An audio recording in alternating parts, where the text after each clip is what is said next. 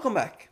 For thousands of years, humans have been fighting for their own freedoms. In recent history, particularly with the birth of America and the spread of its values, freedom has been achieved in most countries worldwide.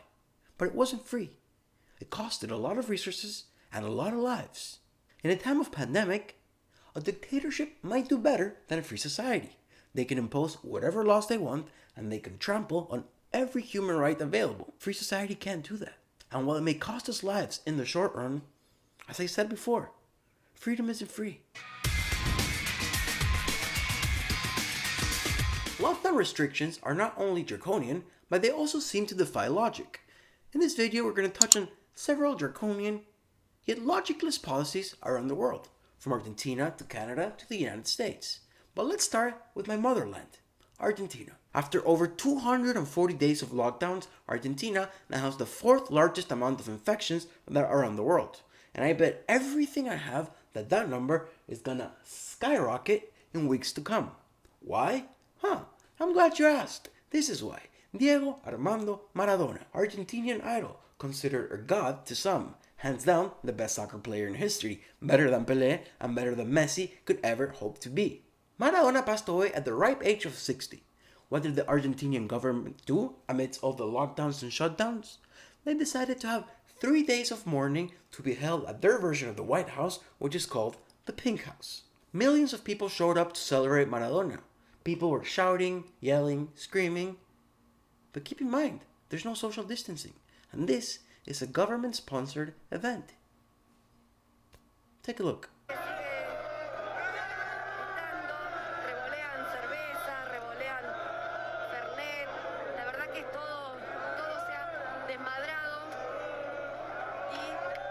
La hilera era lo más acomodada posible, bastante bien. ¿En qué momento se desbordó? ¿Y dónde está esa hilera? Ya no está. De la Casa Rosada. Abrís esa imagen y fíjate lo que se ve, ¿no? Ya esa... Of course, the Argentinian schools have been closed for 9 months, but this is okay. The businesses are shutting down left and right, but this is okay. 50% of the Argentinian population is beyond the poverty line, but this is okay. But who cares? That's what socialist nations do. They get the people to depend on the government, and then they have the people by the balls for years and generations to come.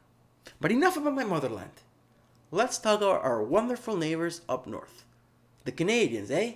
Canada has some nice lockdowns too, similar to the ones we have here in America. In some places, you might be banned from opening up your restaurant. In some places, you can open up your restaurant, but only dining outdoors. If it's too cold for that, then too bad, you're out of luck. You know why? Because freedom doesn't really matter these days. In Canada, a beloved barbecue owner was arrested in front of all his customers for the reason of opening up his barbecue shop. Take a look.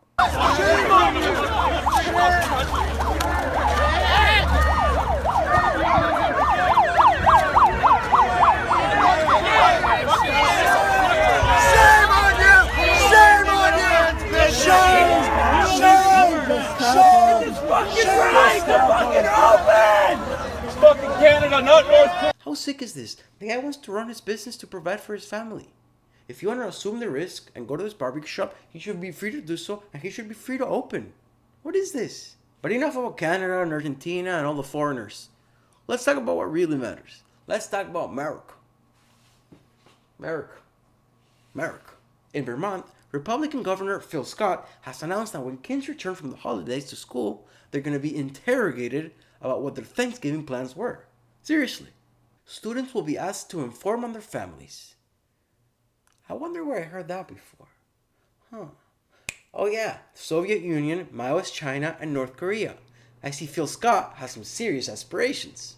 But wait, there's more. Can you believe that that's not the worst law involving children in the United States? In D.C., the nation's capital, a bill passed that would allow kids as young as 11 years old to be vaccinated without parental consent. The bill, which was approved 12-1, requires that doctors send the vaccination record in such cases to the child's school rather than to the parents, and seek compensation directly from the insurance company without involving the parents. Look, I think vaccines are legit. If I have a kid, I'm gonna get him vaccinated. Oops, did I say he? Maybe it'll be a they, them. Or maybe it'll identify as a back scratcher. Who knows? It's all cool these days, right? Anyway, back to the vaccines. Vaccines are legit, but you can't give them to kids without consent. What's next? You're gonna allow kids to transition without parental consent? Come on. Come on. You people are crazy. Thankfully, I live in Florida, and my governor, Ron DeSantis, has blocked cities, municipalities, and localities from imposing their own mask mandates. Is this a good idea? I think so. Frankly, I don't think that the cloth masks that people wear do much. I mean, come on, and you're touching them all day. That thing's filled with viruses. Filled. It doesn't help you. If it's an N95 mask, it ain't helping anybody. Maybe 1%, maybe 2%. DeSantis' critics are calling this a killing spree. But maybe not. But guess what? Freedom. Wear a mask if you want to. Don't wear one if you don't. Go out into the world if you want to. Don't go out if you don't. If you're going to a private business that requires a mask, guess what? You gotta put it on. Because private businesses have the freedom to make their own little rules. Because freedom. Freedom. What do you think? Are governments overstepping their authority, or is the time of pandemic, the emergency, more important? And also, if we say that the pandemic is more important and we grant the government all the powers that they want, do you believe that when the pandemic is over, they would give away those powers? Comment your opinion down below. Thank you for watching. Like, subscribe. See you next time.